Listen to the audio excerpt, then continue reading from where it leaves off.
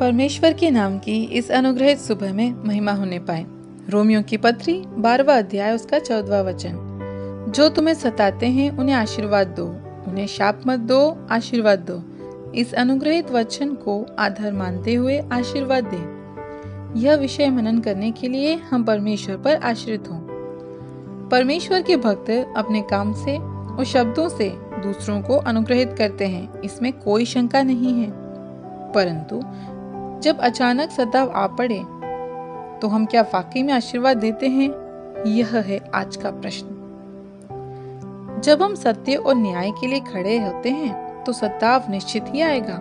वो मानसिक हो सकता है, शारीरिक हो सकता है, अंदरूनी, बाहरी या फिर सामूहिक हो सकता है। प्रतिकूल परिस्थितियां रूपी आग में से होकर जाने पर भी उसे जल नहीं जाते, परंतु स्थिर रहते हुए सत्य सभा के एक अंग समान प्रभु यीशु के लहू के द्वारा हम में से हर एक को यदि पिता परमेश्वर ने छुड़ाया है तो हमारे अंदर पिता ने जो क्षमता दी है वह किसी भी बड़े उपद्रव के समय में भी सताने वालों को आशीर्वाद देने के लिए प्रेरित करती है।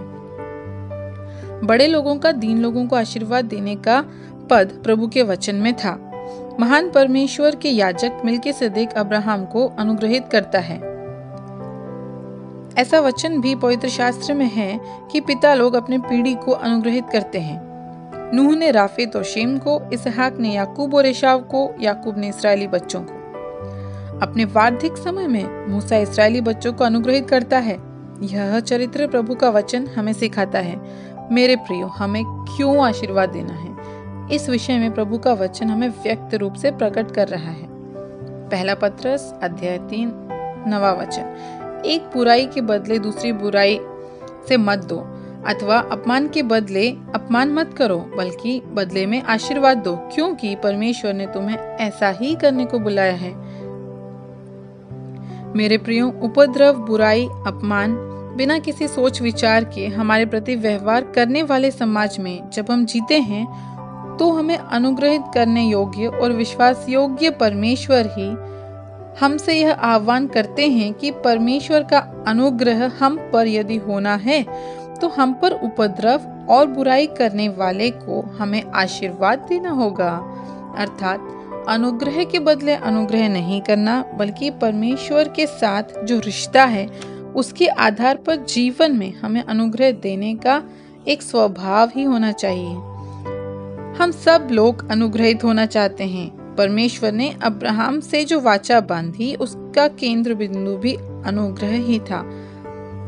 मैं तुझे अनुग्रहित करूंगा और तू एक अनुग्रह ठहरेगा।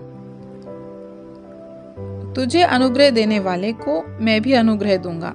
तेरे कारण भूमि के सारे वंशज अनुग्रहित ठहरेंगे। यह उत्पत्ति की पुस्तक 12वें अध्याय और 2 और 3 वचन में लिखा है। मेरे प्रियो, तू एक अनुग्रह ठहरेगा। यह बोलने वाला यदि परमेश्वर है, सर्वशक्तिमान यह नाम वाला है, तो इस दुनिया में भले ही कोई भी शाप दे, कोई भी उपद्रव करे, वह आप पर कुछ भी असर नहीं करेगा। यह सच्चाई जब आपके अंदर ही अंदर प्रकाशित होगी तो आप शाप देने वाले को भी प्रेम से अनुग्रहित करेंगे।